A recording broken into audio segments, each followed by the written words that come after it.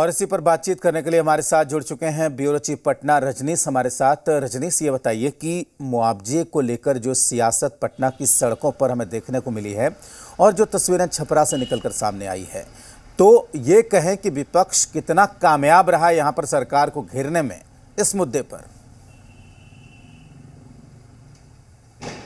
देखिए, छपरा की घटना बेहद दुखद और मर्माहत करने वाली है और इसको लेकर विपक्ष जो है सरकार को कटघरे में खड़ा करने का कोई भी मौका जाया नहीं होने देना चाहती और लगातार वो धरना प्रदर्शन के जरिए सरकार पर दबाव बना रही है।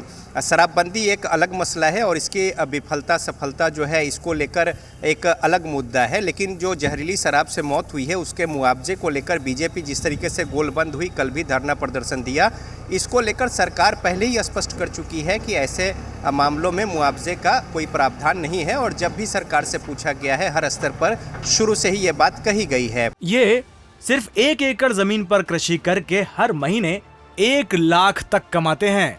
इनसे सीखना है तो फ्रीडम ऐप को अभी डाउनलोड कीजिए। अब बीजेपी के सुर जो है वो बदले बदले से है। अभी प्रवक्ता जो बोल रहे थे बीजेपी के कि कोई पैरामीटर होना चाहिए, पैरामीटर तो बना हुआ है। अब कभी ये कहते हैं मुख्यमंत्री को इस्तीफा देना चाहिए, कभी कहते हैं कि राष्ट्रपति शासन लगनी चाहिए। तो सवाल ये है कि एक सकारात्मक पहल होनी चाहिए जिससे कि शराबबंदी के जो नुकसान है या जिस तरीके से मामले सामने आने हैं वो आ रहे हैं वैसे मामले न हो और आगे तो बिल्कुल भी ना हो। अब रहा सवाल मुआवजे का, इसको लेकर बीजेपी में भी दो धरा है। एक कल स्पष्ट उनके जो प्रदेश उपाध्यक्ष है उन्होंने कहा कि मुआवजा बिल्कुल नहीं मिलना चाहिए ऐसे मामले पर, और विज्ञप्ति भी बाकायदा उन्होंने जारी किया। राजीव रंजन जो कि प्रदेश उपाध्यक्ष है और सारे मीडिया के वो प्रभारी हैं, चीफ हैं। तो ऐसे में अब बीजेपी की ओर से ही कई स्वर जो है वो उठ रहे हैं। हालांकि महागठबंधन के साइड में भी जो घटक दल है उनमें भी कई लोग इसके पक्षधर है कि मुआवजा संवेदनशीलता के आधार पर मिलना चाहिए। सरकार ये कह रही है कि जो प्रावधान है नीति संगत और जिस तरीके से जो उनमें संलिप्त है, जो ट्रायल चलेगा, कार्रवाई होगी, जो दोषी करार होंगे उनकी संपत्ति जब्त कर जिस तरीके से मुआवजा के तौर पर या राहत के तौर पर उसे डिस्ट्रीब्यूट करने का प्रावधान है वो किया जाएगा। तो इस बीच मुआवजे की मांग को लेकर राजनीति जो है वो तेज है।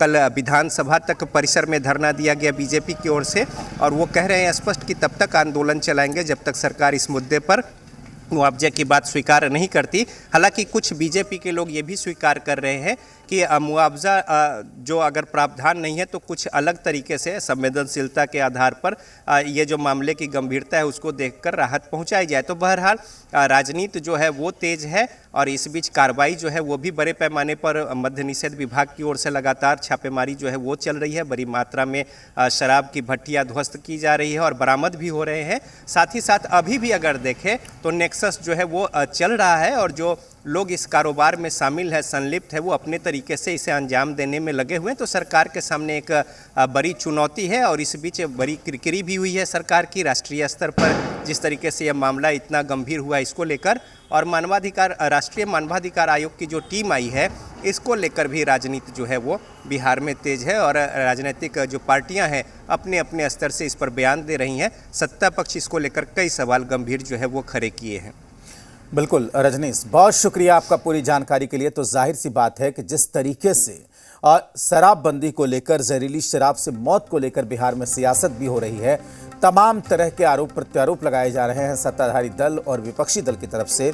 कुल मिलाकर ये देखें कि जहर से जिस तरीके से लोगों की मौत हुई है उसको लेकर अब सियासत तेज हो गई है।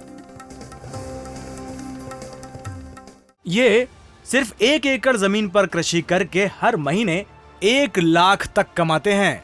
इनसे सीखना है तो फ्रीडम ऐप को अभी डाउनलोड कीजिए।